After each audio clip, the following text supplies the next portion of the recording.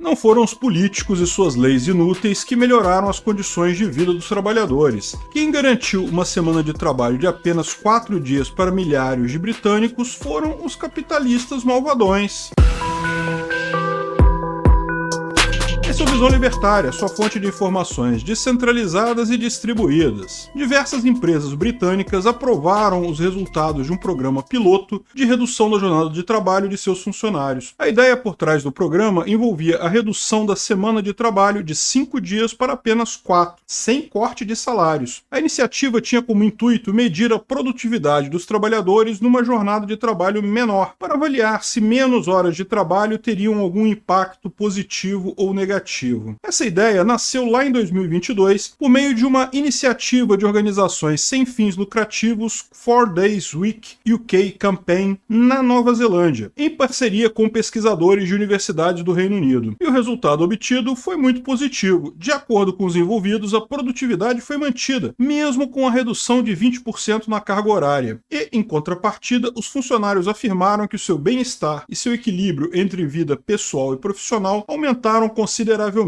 Das 61 empresas que participaram do projeto, 56 decidiram manter a semana de 4 dias de trabalho, mesmo após o fim do programa piloto. Dessas empresas, 18 informaram que a semana reduzida será uma nova política de recursos humanos a ser adotada de forma permanente. Os funcionários também aprovaram esse novo modelo de jornada de trabalho. Grande parte dos 3.300 trabalhadores que participaram do programa afirmaram valorizar mais o dia extra de folga do que a própria manutenção do salário. Cerca de 15% dos funcionários afirmaram, inclusive, que nenhuma quantidade de dinheiro os faria voltar a trabalhar 5 dias por semana. A abrangência do programa ainda é pequena, participando dezenas de empresas e uns poucos milhares de funcionários. Mas a tendência é que esse tipo de iniciativa se espalhe para mais companhias conforme os resultados forem sendo demonstrados na prática. Como vimos, os trabalhadores que participaram do experimento passaram a valorizar essa folga extra. Hoje, eles rejeitariam uma possível oferta de trabalho com um salário mais atraente se não houver igual benefício. Assim, cada vez mais empresas poderão utilizar-se desse expediente para atrair funcionários mais capacitados ou para manter seus melhores funcionários em seus quadros. Com o tempo, esse será um diferencial das melhores companhias, inclusive do ponto de vista de marketing. Empresas tendem a dar publicidade aos benefícios concedidos a seus funcionários, porque isso lhes dá um ar de responsabilidade social perante os clientes. Além disso, num livre mercado, a concorrência é implacável. Se a produtividade dessas empresas se manteve a mesma, isso significa que elas são agora mais eficientes do que seus concorrentes. Afinal de contas, elas produzem em 4 dias o que antes produziam em 5, um aumento de 25%. E a eficiência é chave para garantir o sucesso de uma empresa no capitalismo, no livre mercado. Do ponto de vista libertário, não há nada de errado nesse tipo de iniciativa, desde que ela seja voluntária, é claro. Se as partes envolvidas concordaram livremente em alterar as condições de trabalho, então isso está de pleno acordo com a ética libertária. A coisa toda só se torna um problema quando esse tipo de medida é imposta por meio de leis estatais, quando algum político ou burocrata decide beneficiar os trabalhadores, entre aspas, por meio de aumentos salariais ou redução na carga de trabalho. Então todos acabam prejudicados. Essas políticas populistas não são baseadas em estudos que comprovam um ganho ou manutenção de produtividade para compensar o aumento salarial ou a redução da jornada, além de violar os contratos entre empregador e empregado. As empresas precisam arcar com esse custo não planejado, algo que certamente vai representar algum tipo de prejuízo para o negócio, pelo menos no curto prazo. A tendência, porém, é que esse custo acabe sendo repassado e sempre repassado para a parte mais fraca da relação, que tipicamente é o empregado. Isso sempre acontece. Os trabalhadores terão que pagar esse tipo de intervenção estatal com salários menores ou perdendo vagas de emprego. No fim das contas, ninguém ganha nada com as leis trabalhistas